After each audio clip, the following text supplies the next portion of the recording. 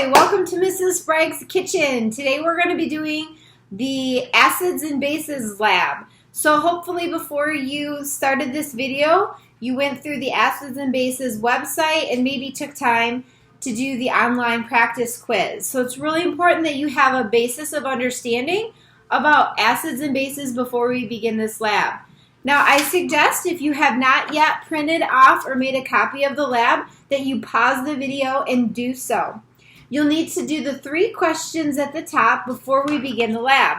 These are questions testing your background knowledge on acids and bases. You need to know what the pH scale is, what is considered acidic on the pH scale, and which measurements are considered basic. So if you need a minute, go make that copy or get a Google Doc ready to go.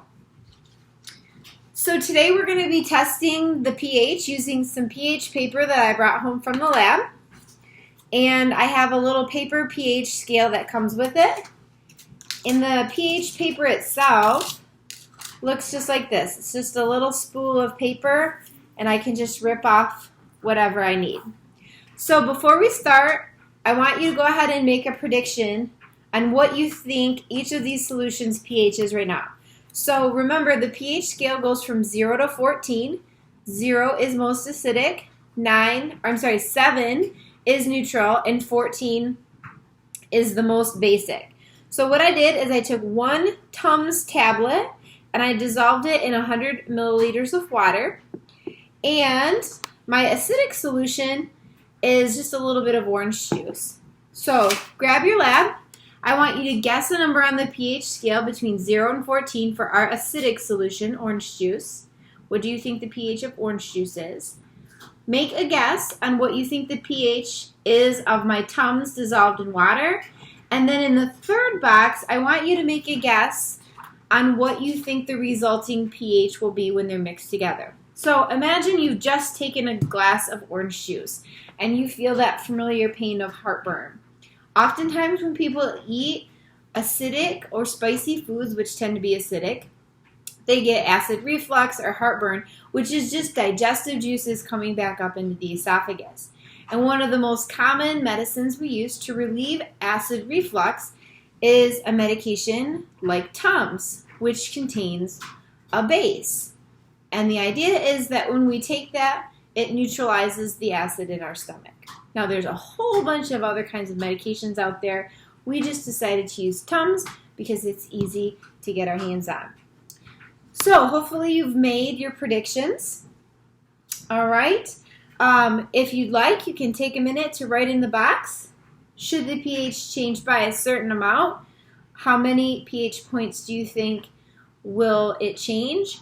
And then think about what criteria you think it needs to reach to provide relief to the person taking the medicine. So you need to think about what you consider to be an acceptable pH for relief. And if it's a guess right now, that's totally okay. All right, so it's time for us to actually test the solutions. Hopefully you've made your guesses. And I'm going to take the pH paper and I'm going to dunk the pH paper in my Tums solution. And it takes a little bit of time to process. So I have actually let this one sit for quite a while.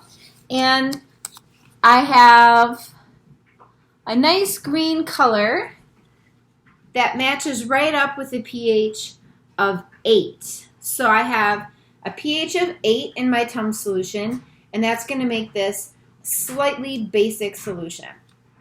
Okay, now I'll take another clean piece of pH paper and dunk it in the orange juice. And again, I've let this one sit for a few minutes. And matched up with my pH paper, I have a very clear reading of 2. So orange juice is actually pretty acidic. Now what I want to do is I want to mix equal parts of each solution into this little dish, and I'm going to pour them just in this little dish right here in equal parts. I'm going to mix the solution together and swirl it around. So my 7-year-old son has decided to interrupt my live video Daniel, do you want to be a part of this lab? Okay, then you need to go talk to your dad. All right, and that's just what happens when we're doing online teaching at home. All right, so again, another piece of pH paper for the mixed solution. So remember, we had a pH of 8 for our Tums. We had a pH of 2 for the orange juice. Now, here's an interesting fact about the pH scale. It's a logarithmic scale, which means every time you jump from one number on the pH scale to the next, it's an increase or decrease 10 times in either acidity or basic. So even going from a pH of, like, let's say 3 to 2 means that's 10 times more acidic. So here we go. Moment of truth. Did the Tums produce any relief? All right. So I'm just going to set this aside and let that dry a little bit. Okay, so remember, our acidic solution started out with a pH of 2. Our base solution started with a pH of 8. And now we know what is the resulting pH when these two are mixed. You're going to want to go back and compare your results to your guesses in just a minute. So, I have a pH of about 4. So the acidic solution is pH of 4. So it did not turn it to a base. It did not get us to neutral. Now, one thing we can investigate going further is if we were to add more of this, how much more would I have to add to get to the base or the neutral level that we are looking for? That's definitely something that you could investigate at home if you have pH testing. The very bottom of this lab asks you to review the variables for the experiment. And just as a recap, independent variables are things that you test. The manipulated or responding variables, the responding or the dependent variables are the things that you measure. And controls are things that you try to keep the same throughout the entire lab. So when you finish this lab, you need to copy and paste it into Echo, or you can take a picture of it front and back and upload your picture. Hopefully you learned a little bit about acids and bases. You can certainly learn more online about how antacids help us to relieve acid reflux in a variety of different foods. Until next time, see you.